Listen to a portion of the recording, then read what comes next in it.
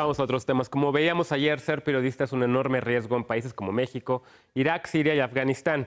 Los periodistas y comunicadores son amenazados de muerte, secuestrados, censurados y en muchas ocasiones asesinados por ejercer su trabajo y contribuir al derecho a la información y la libertad de expresión.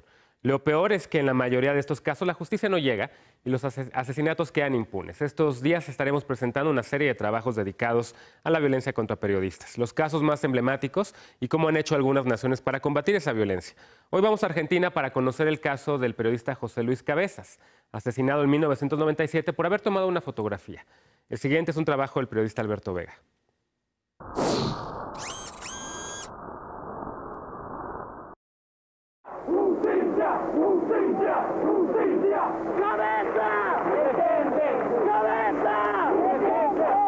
Lo que se logró fue dar una enorme pelea para que el crimen no quede impune.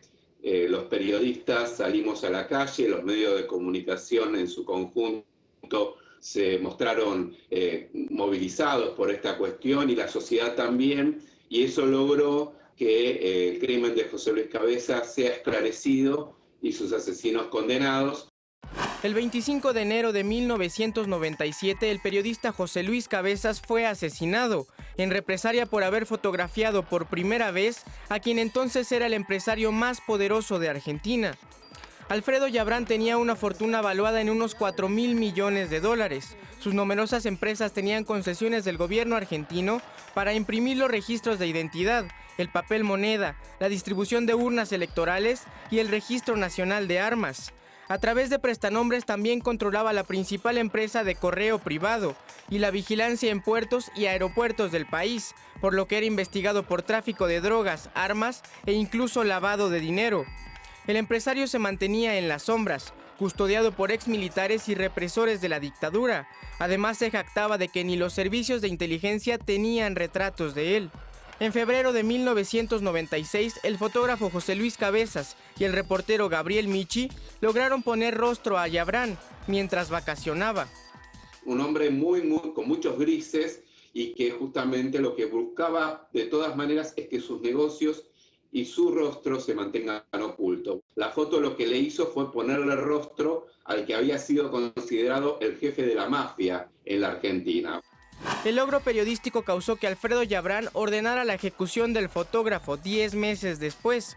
No era la primera vez que un periodista era silenciado. Según la Asociación de Prensa de Buenos Aires, 720 periodistas habían sido amenazados entre 1989 y 1997, pero ninguna denuncia había sido aclarada. El asesinato de Cabezas fue el primero contra un periodista desde el retorno de la democracia al país y un punto de inflexión que impulsó la defensa del derecho a la libre expresión. Fue un hecho emblemático, un antes y después, y creo que justamente esa respuesta tan fuerte del periodismo y de la sociedad sirvió para que no hubiese otros casos Cabezas, otros asesinatos de periodistas después de ese año 1997. Aunque algunas autoridades que tenían a cargo la investigación intentaron desviar la causa y proteger a Yabrán, la presión pública consiguió que el empresario fuera investigado.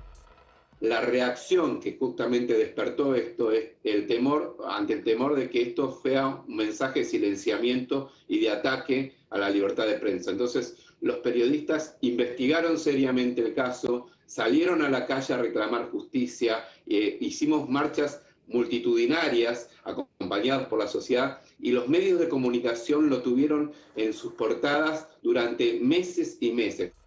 En febrero del 2000 los responsables materiales del asesinato fueron condenados a prisión perpetua y Alfredo Yabrán se suicidó después de que las autoridades comenzaran a investigarlo por el crimen.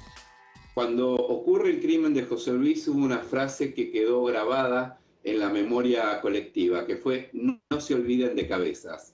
Esa frase sigue, aunque pasaron 20 años, sigue estando presente hoy en día en la memoria de toda la ciudadanía argentina.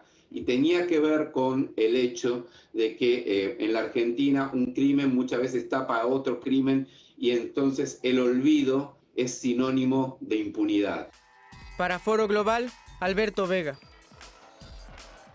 Pues ahí está el tema. Ayer veíamos aquí un caso sobre Venezuela y la regresión autoritaria que hay con el régimen de Nicolás Maduro en contra de la libertad de expresión.